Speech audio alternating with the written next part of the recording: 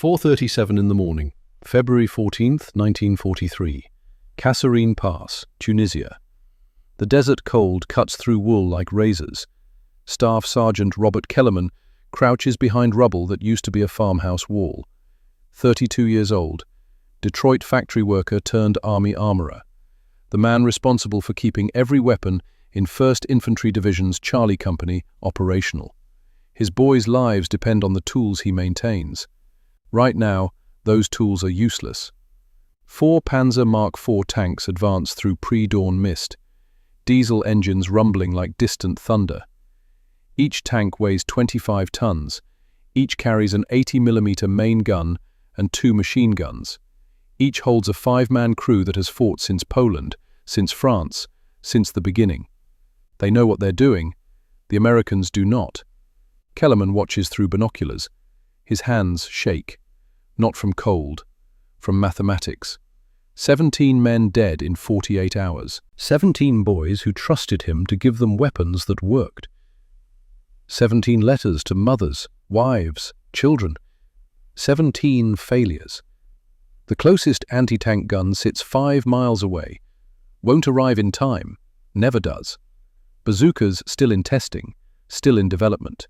Still somewhere in America while men die in Africa. Charlie Company has rifles. Tanks don't care about rifles. Private Delaney huddles beside him. 19 years old. Georgia farm boy with red hair and freckles, hands clutching his M1 Garand like a talisman. The boy is praying. Kellerman doesn't pray anymore. He calculates. 4 tanks, 73 men left. No anti-tank weapons. The mathematics of death. 6:42 in the morning. March 23rd, 1945. Rhine River, Germany.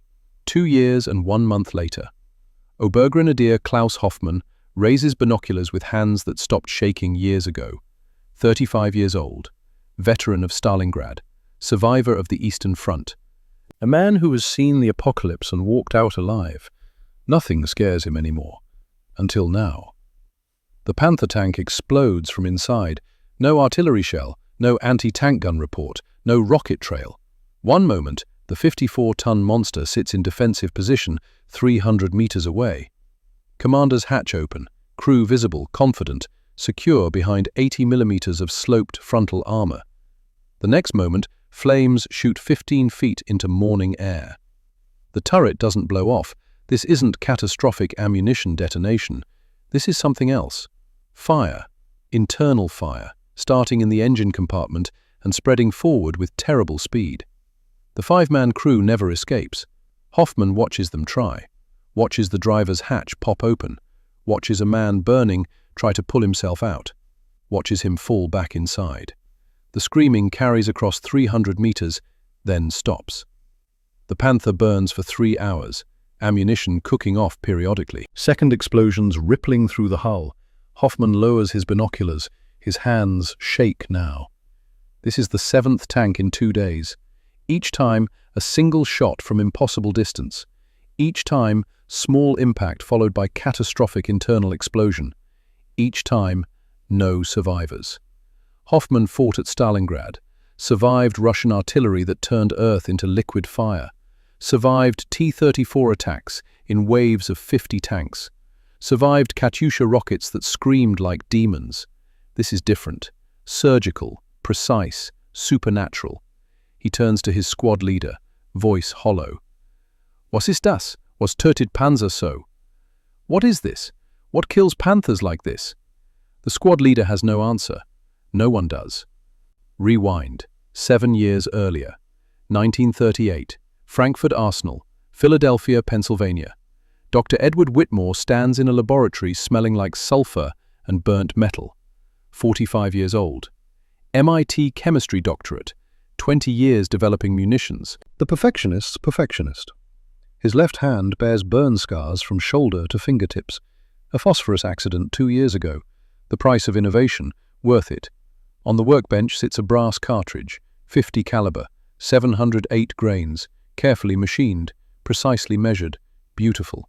Inside that cartridge, in a cavity smaller than a thimble, lies 18 months of failure, 47 different chemical formulas, 47 attempts to create an incendiary compound that stays stable during firing but ignites reliably on impact. Phosphorus burns too hot, ignites prematurely, blows up in the barrel. Magnesium alone won't ignite consistently, sometimes burns, sometimes doesn't. Thermite needs too much heat to start, won't trigger from bullet impact. Whitmore has tried every combination, every ratio, every catalyst. Nothing works. Until now. The formula on paper looks simple, deceptively simple. Barium nitrate, magnesium, thermite. 3 parts, 2 parts, 1 part. Mixed, compressed, sealed behind thin aluminium cap. Theory is elegant. During firing, massive acceleration and barrel friction should leave compound inert, stable, safe. On impact, sudden deceleration and armor penetration should generate enough heat to trigger ignition. Then burn at 3,000 degrees Fahrenheit, hot enough to melt steel, hot enough to ignite aviation fuel, hot enough to turn aircraft interior into an oven. Theory. Whitmore has been wrong 47 times before. He loads the test cartridge into a fixture, aims at steel plate backed by fuel-soaked cloth, pulls remote trigger from behind blast shield. The cartridge fires, the bullet strikes steel plate, penetrates, and on the other side, the cloth ignites. Not a spark, not a smolder, a blowtorch of white-hot flame burning for 4 full seconds. Whitmore stares, checks notes, runs numbers again, verifies formula. It works. After 47 failures, 18 months of obsession, 1 crippled hand, and countless sleepless nights, it works. The M8 armor-piercing incendiary round, designed to shoot down German aircraft, to ignite fuel tanks at altitude, to turn Messerschmitts and Focke-Wulfs into falling fireballs. Elegant, scientific, perfect. Whitmore writes in his laboratory journal with precise, careful script. Successful test, formula stable, recommend immediate production for anti-aircraft application. He has no idea what he's created. No idea his chemistry will kill tanks instead of airplanes. No idea German soldiers will call his invention Teufelsschüsse, devil shots. By 1941, Frankfurt Arsenal produces 50,000 M8 rounds monthly, all designated for aircraft use. P-38 Lightning fighters, P-47 Thunderbolts, B-17 Flying Fortress bombers, 50 caliber machine guns mounted on American aircraft receive special ammunition. Armor-piercing incendiary, API. Fire from the sky. Crates shipped to airfields across America, then to Britain, then to combat squadrons hunting the Luftwaffe. Each crate stamped in bold letters, aircraft use only. Each crate labeled, ground forces prohibited. Not because the ammunition is dangerous to use, because it hasn't been tested for ground combat. Because Army Ordnance Department moves slowly, methodically, by the book. Because innovation requires paperwork. The irony sits in warehouses across North Africa. Crates of ammunition that could kill tanks, prohibited from use against tanks, gathering dust while men die, waiting for someone desperate enough to break the rules. February 12, 1943, Kasserine Pass. Corporal Marcus Trent dies first, 28 years old, Minnesota, married, 2 kids. Pictures in his wallet of a wife named Jenny and daughters aged 4 and 6. He shows those pictures to everyone, every chance he gets. The Panzer shell hits his foxhole at 4 in the afternoon. Direct impact. 80mm high explosive. Kellerman is 200 yards away when it happens. Hears the tank fire. Hears the whistling scream. Hears the impact. Feels the shockwave through ground. Runs to the foxhole. Finds nothing. Not a body. Not remains. A helmet shredded. Dog tags twisted. A wallet blown open. Photographs fluttering in desert wind. Jenny and the girls, smiling. Marcus Trent doesn't die screaming. Doesn't die in pain. Marcus Trent simply stops existing.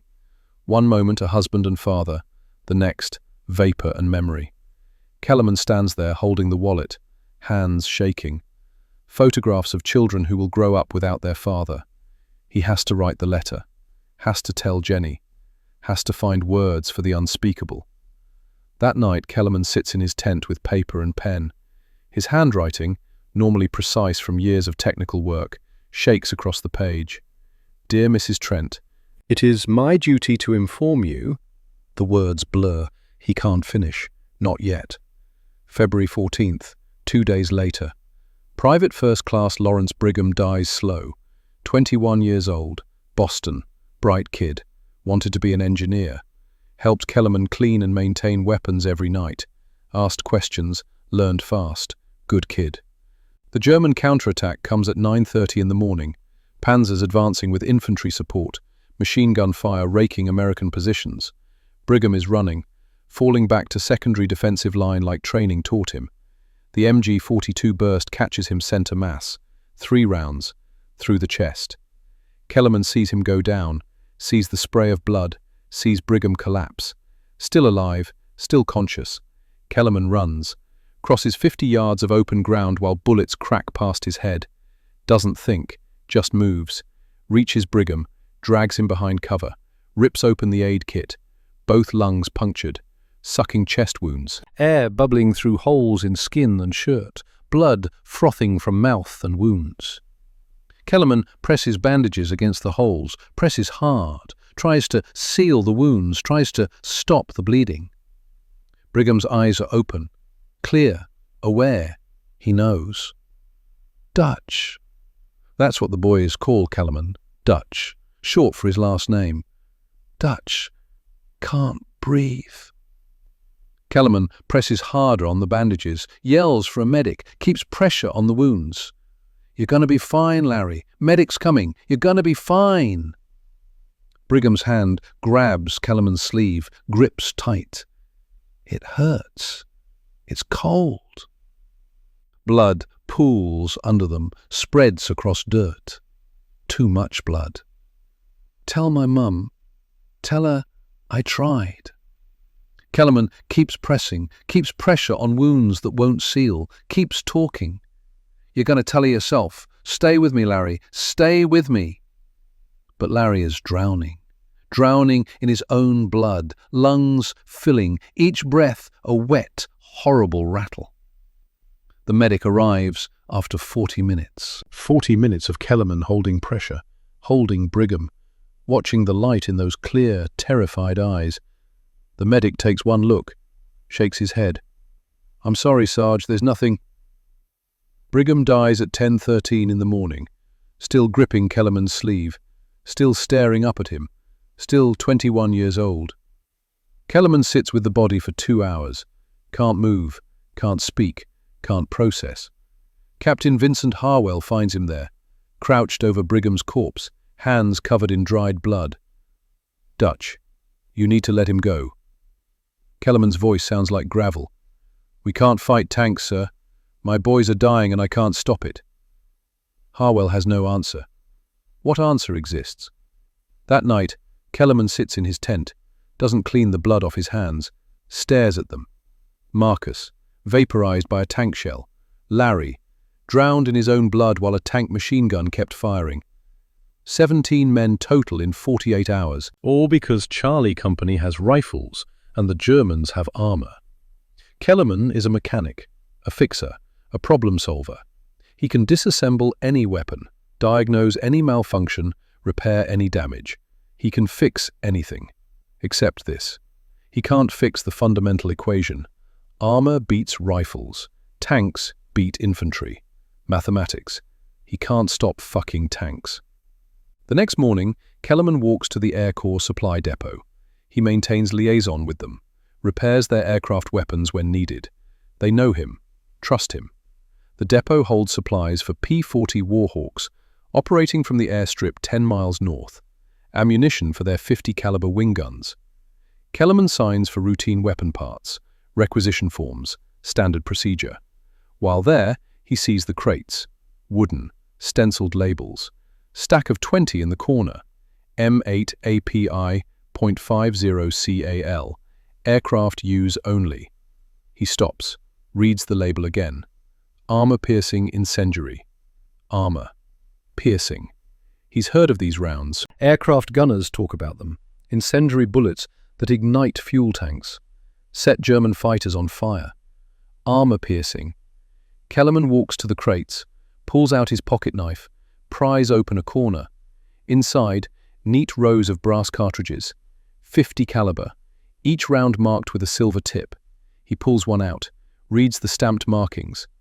M8 API, 708 grains. Specifications listed. Penetration, 3/4 inch armor plate at 500 yards. 3/4 inch. Panzer Mark IV rear armor, 20 millimeters, 0.78 inches. The numbers align. These bullets can penetrate tank armor. At 500 yards. Why the hell aren't ground forces using these? He reads more of the crate label. Ground forces prohibited.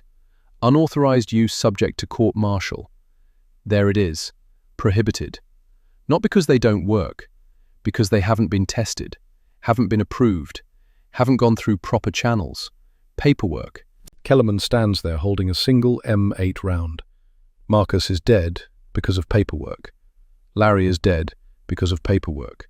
17 men are dead because, somewhere, some bureaucrat stamped a form that said, prohibited. Kellerman makes a decision. He requisitions a crate of 50 caliber cleaning supplies. Standard procedure, logged properly. That crate gets loaded onto his transport.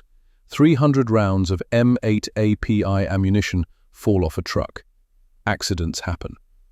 That night, Kellerman sits in his tent with a single M8 round, turns it over in his hands, studies the construction. Gilding metal jacket, hardened steel core, tiny sealed cavity behind the penetrator, 0.023 ounces of incendiary compound. This bullet is illegal for him to possess. Using it in combat is a court-martial offense, but it can kill tanks.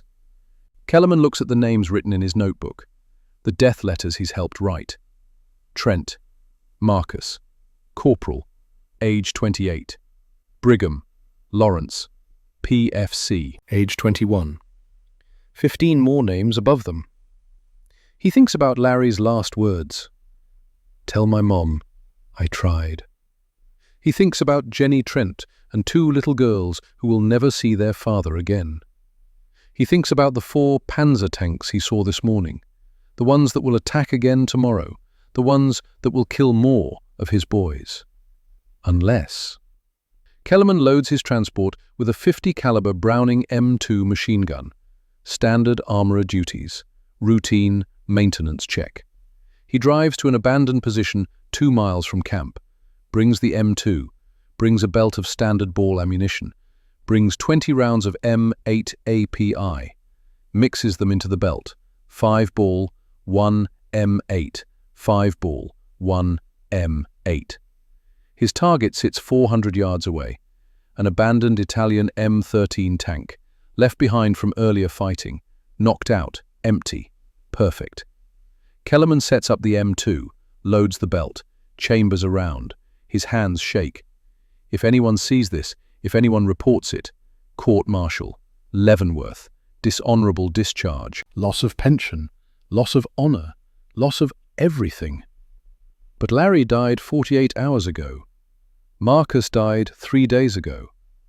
Kellerman takes a breath, aims at the M13's rear deck, where the armor is thinnest, squeezes the trigger. The Browning roars, 20 rounds in 3 seconds. Ball ammunition sparks off the frontal armor. No effect. Then an M8 hits the rear deck. Small hole appears in the armor plating. 2-second pause. Orange glow from inside the tank. Whoosh! Flames shoot from every hatch, from the engine vents, from the turret ring. The interior of the tank ignites. Kellerman watches the abandoned M13 brew up. Flames climbing, metal warping from heat. It burns for 6 minutes. He stares at it, shaking, not from fear, from realization. A 50 caliber machine gun just killed a tank. A machine gun every infantry company possesses, using ammunition that sits in warehouses, ammunition that's prohibited from use. Kellerman whispers to the burning Italian tank, "Holy Mother of God, it works. It fucking works." Then reality hits. This ammunition is completely illegal for him to possess. He just violated direct army regulations, and tomorrow he's going to do it again, because 4 German panzers are coming. and Kellerman is done watching his boys die. February 16th, 1943, 0610 hours, Kasserine Pass. Dawn breaks cold and red across the Tunisian desert. The German counterattack comes with the sun. 4 Panzer Mark IV tanks, advancing in tactical formation, 800 to 1200 yards out, supporting infantry behind them. Standard Wehrmacht doctrine, textbook execution.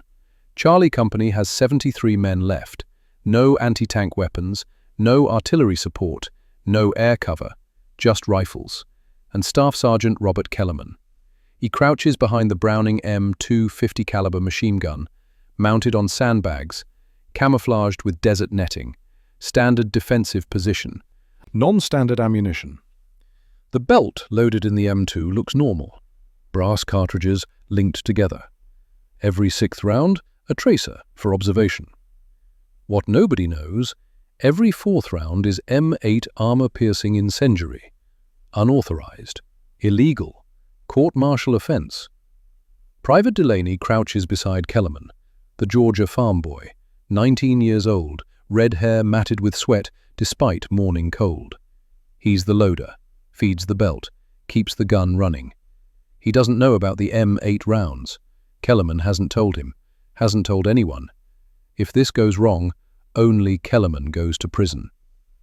The lead panzer advances to 800 yards, turret traversing, hunting for targets. Kellerman tracks it through iron sights. His hands don't shake anymore. After Larry Brigham died in his arms, something changed, something hardened. The fear burned away, left something colder behind. Purpose. He thinks about Larry's last words. Tell my mom I tried. He thinks about Marcus Trent's wallet. Pictures of daughters who will never see their father. He thinks about 17 names in his notebook. The panzer turns slightly, presenting its flank. Tactical mistake. The front armor is 80 millimeters, impenetrable to 50 caliber fire. The side armor is 30 millimeters, still too thick. But the rear deck, where the engine sits, 20 millimeters, 0.78 inches.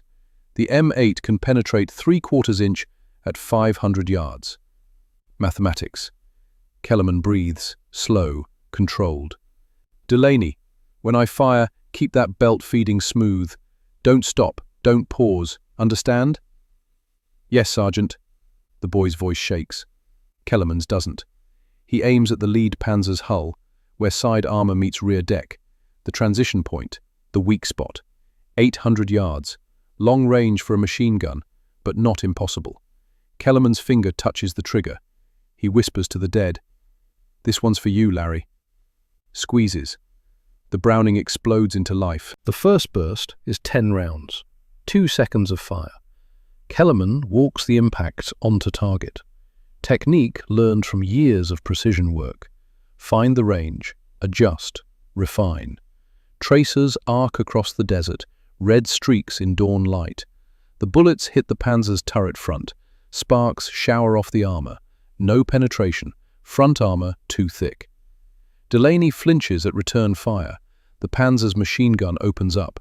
Bullets crack over their heads. "We're not hurting it!" Kellerman ignores him, adjusts aim. 2 degrees right, 1 degree down. The panzer continues turning. Engine deck exposed. Now, second burst. 15 rounds. 3 seconds of controlled fire. The first 5 rounds spark off side armor. The sound like hammers on an anvil. 6th round hits turret ring. Ricochet. 7th round high. Miss. 8th round strikes the rear deck and penetrates. Kellerman sees it happen in slow motion. The bullet hits thin armor plating, punches through, the hardened steel core doing exactly what Dr. Whitmore designed it to do, disappears into the engine compartment. Half-second pause, then physics takes over. The incendiary compound, compressed behind the penetrator core, ignites from impact friction and heat. 0.023 ounces of barium nitrate, magnesium, and thermite. Burns at 3,000 degrees Fahrenheit. Inside a Panzer engine compartment filled with fuel vapors, lubricating oil, hydraulic fluid. The orange glow appears first, through the engine deck louvers. Then flames. Not a small fire, not smoke. a blowtorch of white-hot combustion erupting from every vent and gap. The rear deck becomes an inferno in 3 seconds. Kellerman watches, time stretches, each second an eternity. The Panzer's commander hatch pops open. A man emerges, already burning, uniform on fire, flesh on fire. He tries to climb out, falls back inside. The driver's hatch opens. Another man, this one makes it out, rolls on the ground, still burning. The thermite doesn't care about rolling, doesn't extinguish with sand or dirt, burns until the fuel is consumed. The other 3 crew members never appear. The Panzer continues burning, ammunition cooking off inside, secondary explosions rippling through the hull. The tank that was invincible 30 seconds ago is now a crematorium. Kellerman stares. He just killed 5 men, burned them alive. He can hear screaming, faint, across 800 yards. Then, silence. Delaney is vomiting beside him, turned away from the gun, retching into the sand. Kellerman's voice sounds distant, hollow. "Load the next belt." "Sarge, I can't. Load the belt." Because 3 more Panzers are still coming, and Charlie Company has no other defense. Kellerman aims at the second tank, fires. By 06:45, 3 German tanks burn. The 4th retreats, smoke grenades popping, reverse gear screaming. The Wehrmacht infantry, without armor support, pulls back. The counterattack fails. Charlie Company holds position. Cost: 0 American casualties. 3 German tanks destroyed by machine gun fire. Impossible, except it happened. Sergeant Victor Castellano finds Kellerman an hour later. 30 years old, sniper, 2nd platoon. Brooklyn accent thick enough to cut, lean, hard, eyes that have seen too much. He carries his Springfield rifle, sits down next to Kellerman without asking. They sit in silence for a full minute. Then Castellano speaks. "I was watching through my scope, whole thing." Kellerman doesn't respond. 50 cal doesn't kill Panzers, Dutch. I've seen guys dump entire belts into tanks. Sparks, noise, nothing. Silence. "What the hell kind of ammunition were you using?" Kellerman considers lying, considers telling Castellano to mind his own business. But Castellano is solid, trustworthy, survived torch landings, saved 3 men at Oran. Kellerman pulls an M8 round from his pocket, hands it over. Castellano examines it, reads the markings. M8API, armor-piercing incendiary, aircraft use only. Looks at Kellerman. "You're using unauthorized ammunition. They'll court-martial you for this." "I know. You could go to Leavenworth." "I know. Was it worth it?" Kellerman's voice is quiet, flat. 3 tanks dead, 0 Americans dead. Larry Brigham is still dead, but maybe the next kid doesn't die. So yeah, it's worth it. Castellano hands back the round. "How many you got?" 270 left. "That enough?" "No." They sit in silence again. Then Castellano stands. "I'm going to tell my spotter about this. Kid named Rodriguez. Lost his brother to a Panzer last week. Might want some of those magic bullets." Kellerman grabs his arm. "Vic, this is serious. If Ordnance finds out." "Then they find out. Meanwhile, we stop watching our boys get cut down by armor we can't touch." Castellano walks away. Kellerman sits there, realizes what he just started. This isn't one sergeant breaking the rules anymore. This is a rebellion. Within 24 hours, 8 soldiers know about the M8 ammunition. Within 48 hours, 12. By the end of the week, Kellerman has supplied 6 different gun crews. 150 rounds distributed. The word spreads like fire through dry grass. Dutch has magic bullets. Dutch can kill tanks. February 17th. Castellano's spotter, Corporal Luis Rodriguez, uses M8 in his 50 caliber. Kills a German half-track at 900 yards. Vehicle burns. Crew bails out. February 18th. Private Kowalski mounts a Browning on a destroyed building. Engages Panzer Mark III at 1100 yards. 20 rounds expended. 3 M8 impacts. Tank mobility kill. Crew abandons vehicle. February 19th. Sergeant Marcus Wilson from 3rd Platoon mounts his Browning on a rooftop. German fuel truck at 1,500 yards. Single M8 hit. Truck explodes. Takes out 2 more vehicles parked nearby. The kill count grows. 4 German vehicles. 6. 9. All destroyed by 50 caliber machine gun fire. All using Kellerman's forbidden ammunition. All completely illegal. The men don't care about regulations anymore. They care about survival. Every soldier who receives M8 ammunition is sworn to secrecy. If caught, they found the rounds in captured supplies. They don't know where they came from. Kellerman's name stays out of it. But everyone knows. Dutch saves lives. Dutch breaks rules. Both things are true. February 23rd, 0900 hours. Captain Vincent Harwell summons Kellerman to his command post. Harwell is 42. West Point graduate, career officer, by-the-book commander. Also, smart enough to know when the book is wrong. Kellerman enters, stands at attention. Harwell sits behind a folding table that serves as his desk. Maps spread across it, reports stacked in neat piles. He doesn't look up. 8 men have reported to me that you're distributing unauthorized ammunition. Kellerman's voice is steady. Yes, sir. Now Harwell looks up. Yes, sir? That's all you have to say? Yes, sir. Sergeant Kellerman, you are aware this is a direct violation of Army regulations?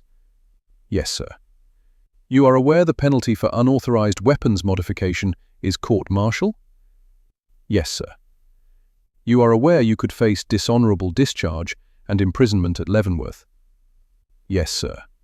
Harwell stands, paces, 3 steps left, 3 steps right. His voice tight, controlled anger. Then why? Why would you risk everything? Your career, your freedom, your honor. Why? Kellerman meets his eyes. Private First Class Lawrence Brigham would be alive if I had this ammunition 72 hours earlier, sir. Silence. Corporal Marcus Trent's daughters would still have a father, sir. Harwell stops, pacing. 17 men are dead, sir. 17 boys who trusted me to give them weapons that work. I can't bring them back.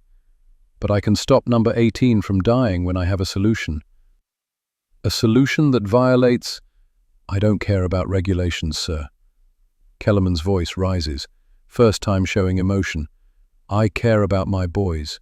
I care that we're sending them against tanks with rifles. I care that the ammunition to stop those tanks sits in warehouses stamped prohibited because some desk officer in Washington says it hasn't been tested enough. He takes a breath, controls himself. Court-martial me, sir.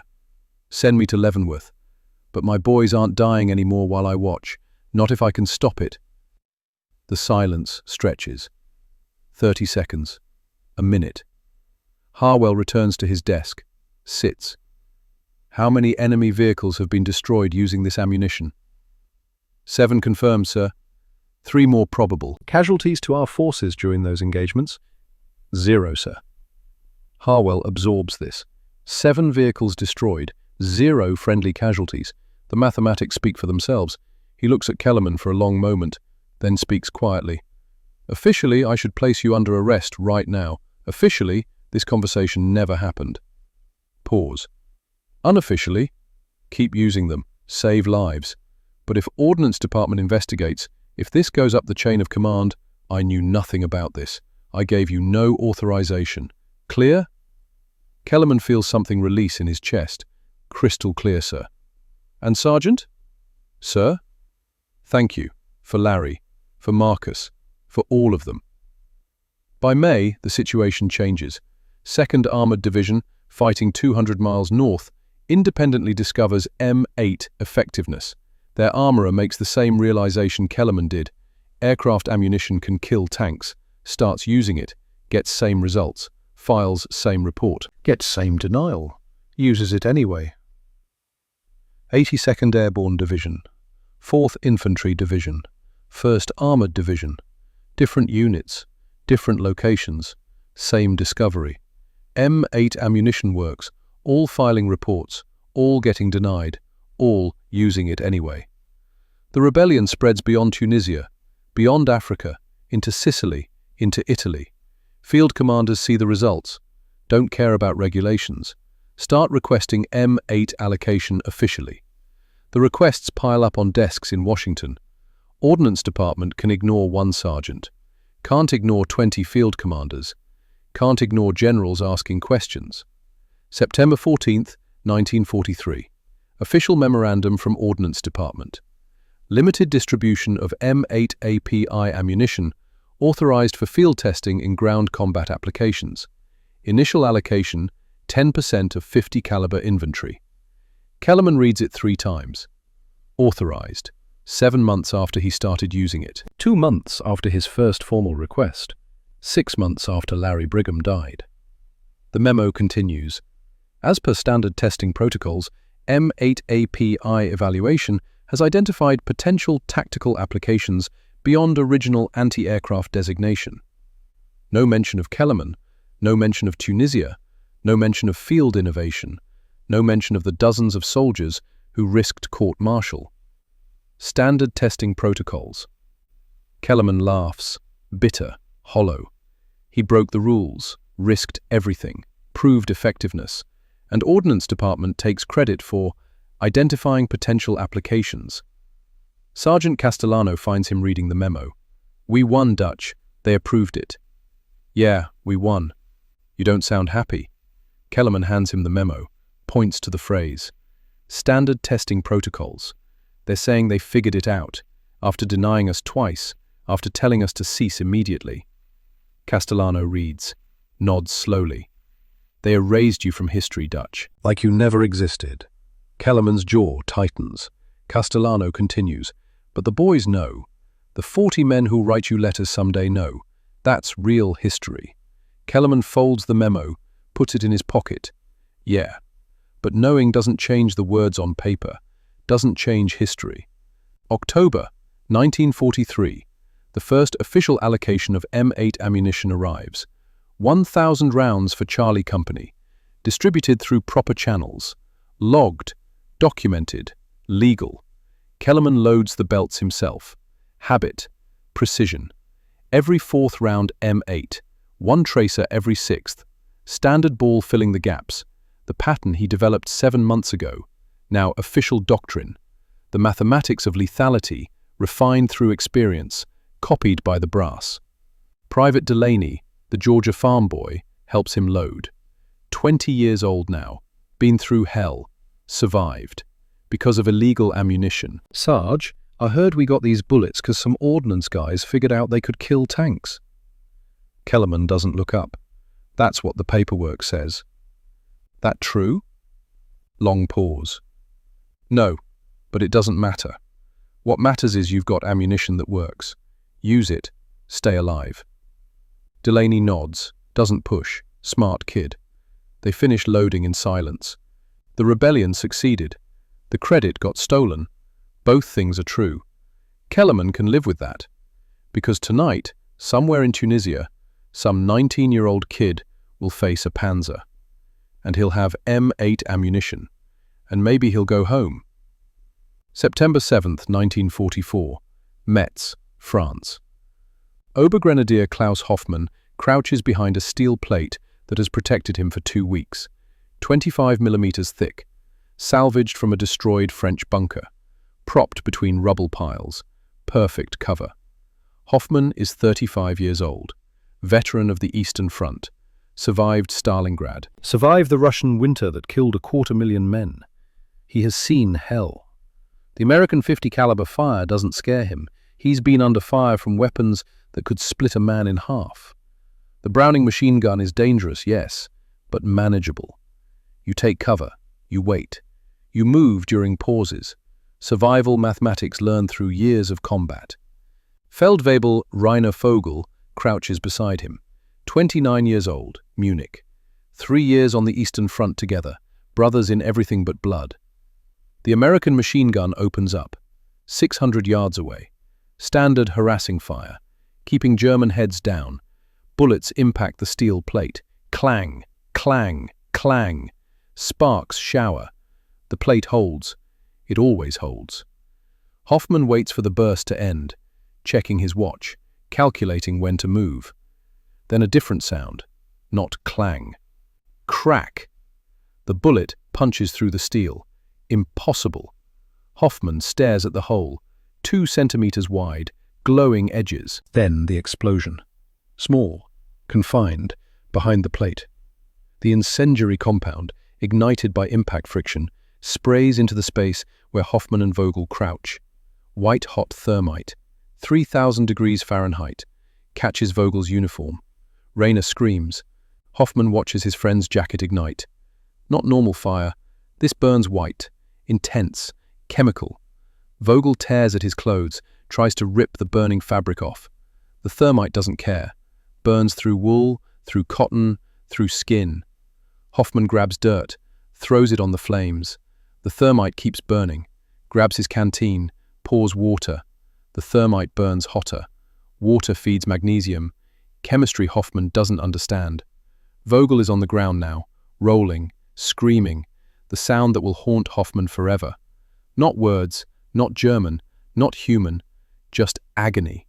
The thermite burns through Vogel's chest, through ribs, the smell of cooking meat. Hoffman can only watch.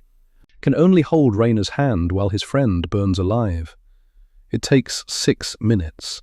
6 minutes of screaming that gets weaker, thinner, until it stops. Rayner Vogel dies at 1423 hours, in Hoffman's arms. Hoffman sits there, still holding the charred hand, cannot process what he just witnessed. He survived Stalingrad, survived Russian artillery that turned Earth into liquid fire, survived T-34 attacks, survived Katyusha rockets. At Stalingrad, you could take cover, you could dig in, you could fight back. This is hexerai, witchcraft, bullets that explode, fire that cannot be extinguished. The Americans have created something unnatural. That night, Hoffman writes in his diary. His handwriting shakes across the page. Wir nennen sie Teufelsschüsse, devil shots. They sound like normal bullets, but when they hit metal, they explode. They burn with fire that cannot be stopped. Rayner burned before my eyes and I could do nothing. Nothing. We trusted the steel plate, used it for 2 weeks. It protected us. Until today. Now we trust no cover, no armor, nothing. The Americans have bullets that explode. How do you fight sorcery? December 3rd, 1944. Frankfurt Arsenal, Philadelphia. Dr. Edward Whitmore sits in his office. 71 years old now. White hair, trembling hands from age and old burn scars. On his desk, field reports from Europe. 2,000 enemy vehicles destroyed by M8 ammunition. Estimated casualties, 8,000 to 12,000. Photographs attached. Whitmore forces himself to look. A German Panzer burned out. Crew hatches open. Bodies visible inside, charred beyond recognition. An Italian half-track, gutted by fire. The crew tried to escape. Didn't make it. A Wehrmacht soldier's testimony translated. The devil shots turn our vehicles into ovens. Men burn alive. We cannot stop the fire, cannot save them. Whitmore closes the folder, cannot look anymore. He created M8 in 1938, 6 years ago. A chemistry problem. Elegant, scientific. How to make an incendiary compound that stays stable during firing, but ignites reliably on impact. He solved it, published the formula, watched it go into production. 50,000 rounds per month, then 100,000, then 400,000. He was proud. His invention would protect American pilots, would shoot down Luftwaffe fighters, would burn German aircraft from the sky. Clean, precise, justified. He never imagined this. Never imagined his chemistry being used against ground vehicles. Never imagined soldiers burning to death in tanks. Never imagined the photographs on his desk. Whitmore's colleague, Dr. Raymond Foster, enters the office. Edward, the M20 production run is ready for your approval. The M20, the improved version Whitmore developed 6 months ago, burns hotter, 4,000 degrees instead of 3,000, more reliable ignition, better penetration, better at killing. Whitmore doesn't respond. Foster approaches, sees the photographs, understands. Edward, this isn't your fault. You created a defensive weapon. How the army employs it. I made fire, Raymond. I made it perfect. I made it so hot it cannot be extinguished. Whitmore's voice cracks. These men had families, mothers, wives, children. He points at the burned Panzer photograph. I killed them with chemistry, with barium nitrate and magnesium and thermite. I killed them as surely as if I'd lit the match myself. Foster sits, quiet. The war required it. Did it? Did it require burning men alive? Did it require fire that cannot be stopped? Yes. The simple answer hangs in the air. Whitmore knows Foster is right. War required effective weapons. M8 is devastatingly effective. American soldiers live because German soldiers burn. The mathematics are clear. But mathematics don't have nightmares. Whitmore does. Every night he sees the photographs, sees burned faces screaming in his chemical formulas. He requested transfer to penicillin research. Denied. Too valuable. Requested retirement. Denied. War effort needs him. So he continues improving the chemistry of death, continues making fire. The M20 awaits approval. Whitmore signs the production authorization. His hand shakes. The signature is barely legible, but it's enough. January 9th, 1945. Aberdeen Proving Ground, Maryland. Official evaluation team arrives in Europe. Mission: assess M8 API effectiveness in ground combat. The team spends 3 weeks, interviews commanders, reviews kill data, conducts penetration tests, concludes what field soldiers proved 2 years earlier. M8 ammunition is highly effective against armored vehicles, should be integrated into doctrine immediately. The team returns to Aberdeen, writes comprehensive report, dated February 22, 1945. Aberdeen Proving Ground researchers have identified tactical application of M8 API ammunition for ground combat use. Extensive testing confirms armor penetration capabilities against enemy vehicles. Recommend immediate integration into training doctrine and standard operating procedures. The report is thorough, professional, detailed. 117 pages of technical analysis. What's missing? No mention of Staff Sergeant Robert Kellerman. No mention of Kasserine Pass, February 1943. No mention of Private Lawrence Brigham's death. No mention of Corporal Marcus Trent. No mention of 8 months of underground distribution. No mention of Captain Harwell's cover. No mention of Ordnance Department denials. The official record states, Aberdeen researchers identified the application, tested it, proved it, recommended it. The grunts who risked court-martial disappear from history. April 3, 1946. Detroit, Michigan. Robert Kellerman, discharged 3 months earlier, sits in his small apartment. Civilian life, factory work, normal, trying to forget. He receives a package from the Army. Technical manuals for separation processing. One manual catches his attention. TM9-1990. Ammunition, caliber .50, all types. He flips through it, finds the M8 section, reads the development history. M8 API ammunition, developed by Ordnance Department Testing Program, 1944 to 1945. Extensive evaluation at Aberdeen Proving Ground confirmed tactical effectiveness against armored vehicles. Kellerman reads it again. Developed by Ordnance Department, 1944 to 1945. He was using it in February 1943, 2 years before the Ordnance Department claims they developed the application. That evening, Kellerman sits at his small desk, pulls out paper and pen, writes a letter to the Secretary of War, details everything. Kasserine, Larry's death, the unauthorized testing, the underground distribution, the ordnance denials, includes copies of the original denial letters. Kept them. Habit. Includes witness statements from 6 soldiers. Mails it. Waits. May 7th, 1947. Reply arrives. Official War Department letterhead. Dear Mr. Kellerman, thank you for your letter regarding M8 API ammunition development. Your account has been noted and filed with historical records. The official development timeline, as documented by Aberdeen Proving Ground, remains the authoritative source for ammunition evaluation protocols. Thank you for your service.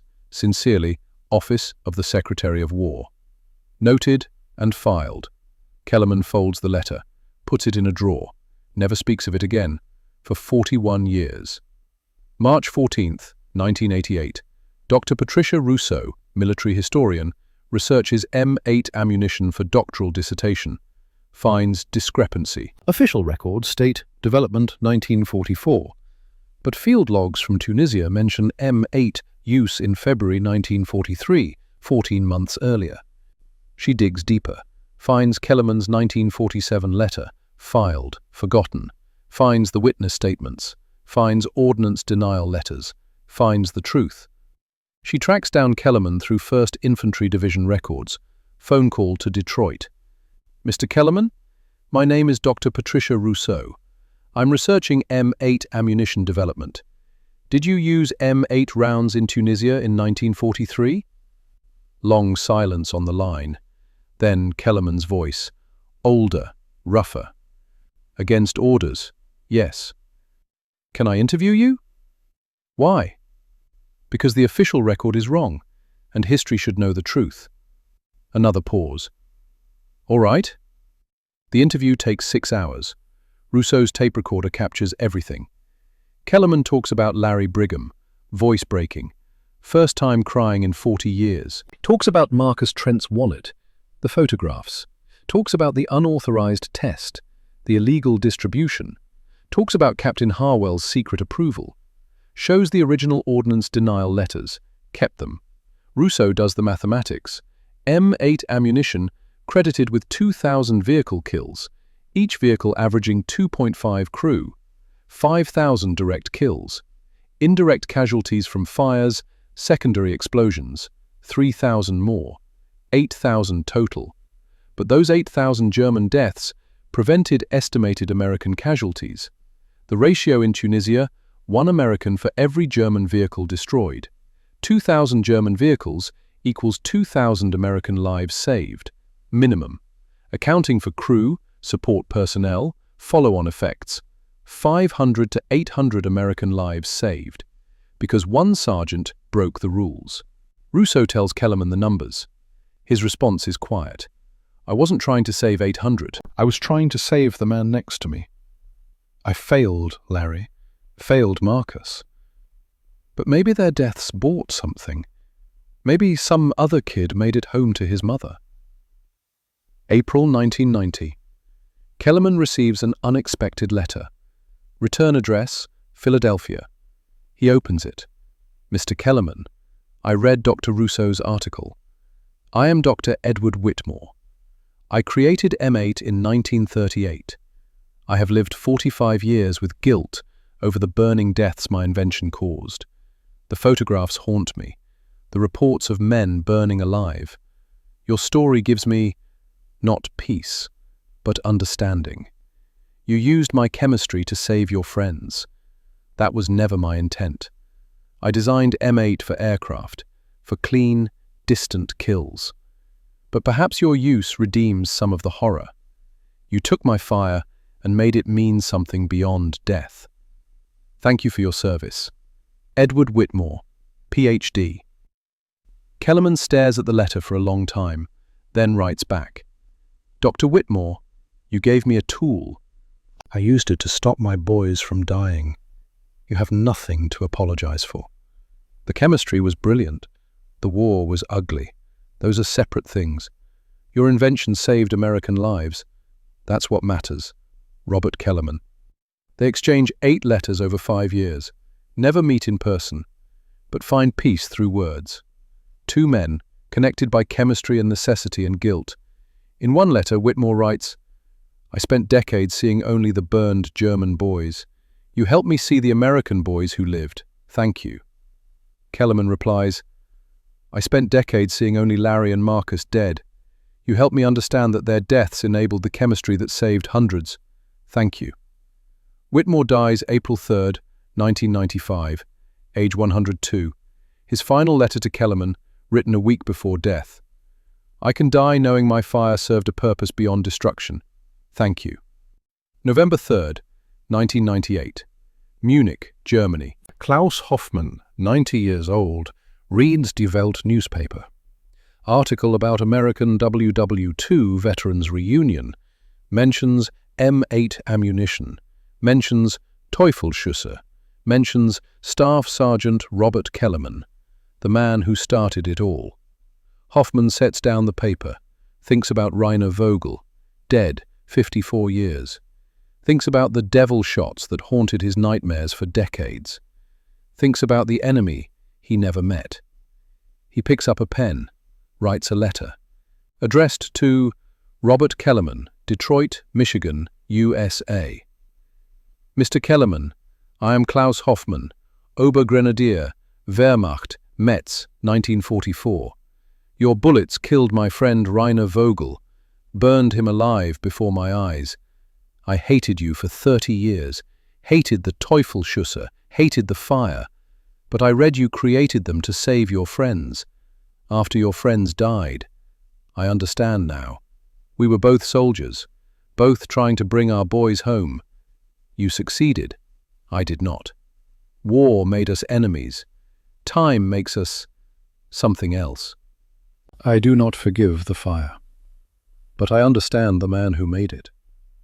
Rest well, American. Klaus Hoffmann. He mails it. Kellerman receives it 3 weeks later, reads it twice, writes back. Mr. Hoffmann, I'm sorry about your friend. I never wanted to burn anyone, just wanted to stop tanks from killing my boys. War is ugly. We did what we had to. I hope you found peace. Robert Kellerman. They exchange 4 more letters before Hoffmann dies, January 17, 1999. 2 old soldiers, enemies once, finding understanding in old age. The last letter from Hoffmann, received after his death. Thank you for seeing me as a man, not a monster. That is all any soldier wants. June 11, 2003. Detroit, Michigan. Robert Kellerman dies at home, age 82. Heart failure. Peaceful. Surrounded by family. The funeral is scheduled for June 14th. Small service, family, neighbors, few friends. His son, Michael, 60 years old, handles arrangements. Expects 20 people maximum. Receives phone calls. 13 men, ages ranging from 73 to 87, all requesting permission to attend, all veterans, all strangers to the family. Michael grants permission. Curious. June 14th, the funeral. 26 people gather. Then 13 elderly men arrive, some with canes, some with walkers, one in wheelchair, all wearing service medals. They introduce themselves to Michael. I'm Victor Castellano. Your father gave me M8 ammunition at Kasserine Pass. 2nd Armored Division. Your father's ammunition stopped Panthers at Normandy, saved my crew. 82nd Airborne. M8 rounds saved my platoon at the Bulge. 3rd Infantry. Your father's innovation. It's why I'm standing here. One man, frail, 80s, approaches with a small box. I'm Lieutenant Colonel Marcus Wilson, retired. I served with your father in Tunisia. He opens the box. Inside, a single M8 round, brass cartridge, silver tip, unfired. I carried this through the entire war, never fired it, saved it, because it represented something. He places it in Michael's hand. Your father should have this. Take it with him. Michael stares at the round. I don't understand. Dad never talked about the war, never claimed credit for anything. He just went to work every day. Castellano, 83 now, speaks. Your father saved hundreds of lives. The army erased his name from history for 60 years. He gestures to the 12 other veterans. We didn't forget. At the graveside, after the standard service, something unexpected happens. After they lower the casket, before filling the grave, the oldest veteran, Lieutenant Colonel Wilson, 87, wheelchair-bound, asks to speak. Family agrees. Wilson's voice shakes, but carries. I need to tell you about June 1944. Normandy. Omaha Beach plus 12 days. My platoon pinned down by 2 Panthers. 43 men. No anti-tank weapons. We were dead. We knew it. Then my gunner, kid named Patterson from Ohio, loaded a belt of .50 caliber. Said he had special rounds from some sergeant in Africa. M8 ammunition. Patterson killed both Panthers. 43 men lived. Patterson died 3 months later at Hurtgen Forest. But those 43 men went home, had families, had lives, had children. I did the mathematics once. Those 43 men, their children, their grandchildren. Robert Kellerman's illegal bullets created 162 lives that wouldn't exist otherwise.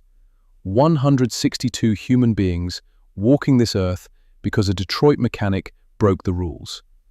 Wilson pauses, wipes his eyes. Mr. Kellerman's son asked me earlier, "Why did you come? You didn't know my father." But I did know him. Every time I held my grandson, I knew him. Every Christmas with my family, I knew him. Every breath I took after June 1944, I knew him. We all did. He gestures to the 12 other veterans. We are the living proof that sometimes breaking the rules is the most moral thing a man can do. Rest easy, Sergeant. Your boys came home. Silence. Then Michael, Kellerman's son, steps forward, shakes Wilson's hand. Thank you. Dad never told us, never said anything. Wilson nods. The best men never do. The 13 veterans stand at attention.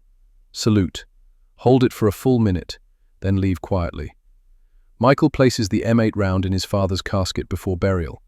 The chemistry that Whitmore created, the tool that Kellerman wielded, the fire that saved lives, goes into the ground. March 7, 2004. Fort Benning, Georgia. National Infantry Museum. New exhibit opens. Innovation in Combat.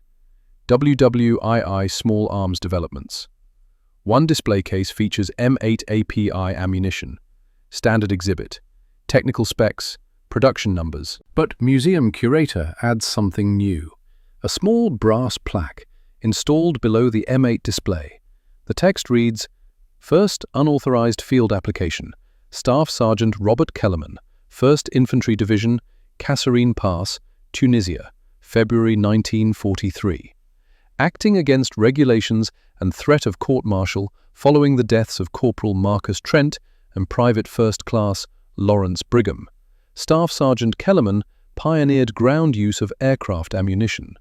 His initiative contributed to 2,000-plus enemy vehicle destructions and saved an estimated 500 to 800 American lives.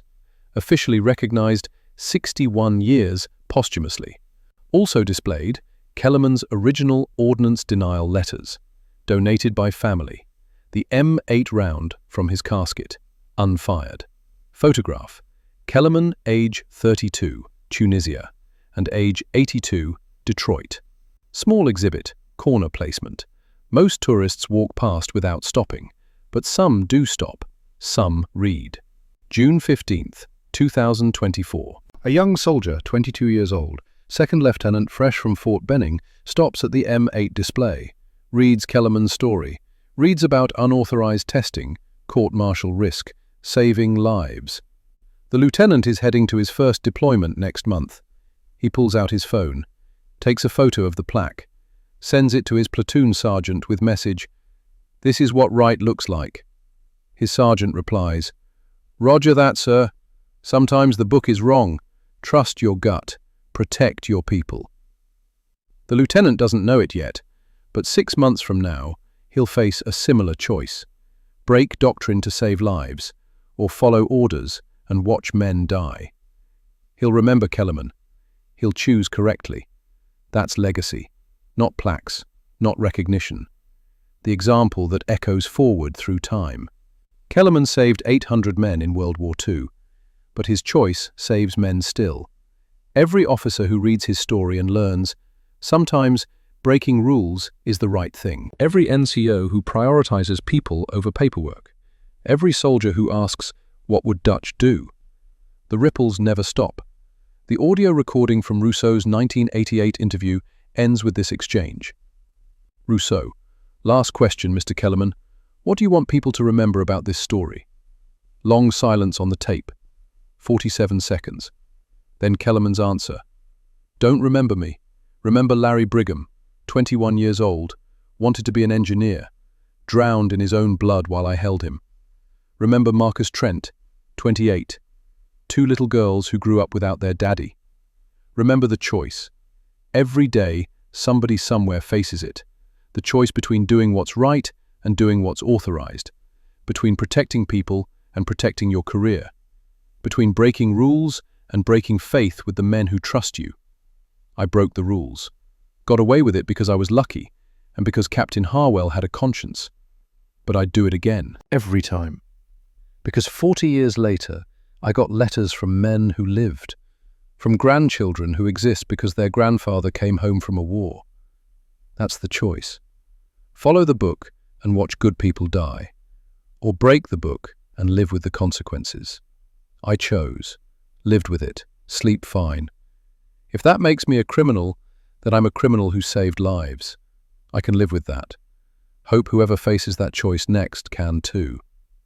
End recording. Static hiss. Then silence. Staff Sergeant Robert Kellerman died June 11, 2003, age 82, Detroit, Michigan. Private First Class Lawrence Brigham died February 14, 1943, age 21, Tunisia. Corporal Marcus Trent died February 12, 1943, age 28, Tunisia. Dr. Edward Whitmore died April 3, 1995, age 102, Philadelphia. Obergrenadier Klaus Hoffmann died January 17, 1999, age 90, Munich. M8 API ammunition served United States forces 1941 to 2001. Modern 50 caliber API-T rounds descend directly from Whitmore's 1938 formula and Kellerman's 1943 field innovation. The United States Army officially acknowledged Kellerman's contribution in 2004. This is how real innovation happens in war, not in committees, in desperation, by people who loved their friends too much to watch them die. And sometimes, if we're very lucky, history remembers their names.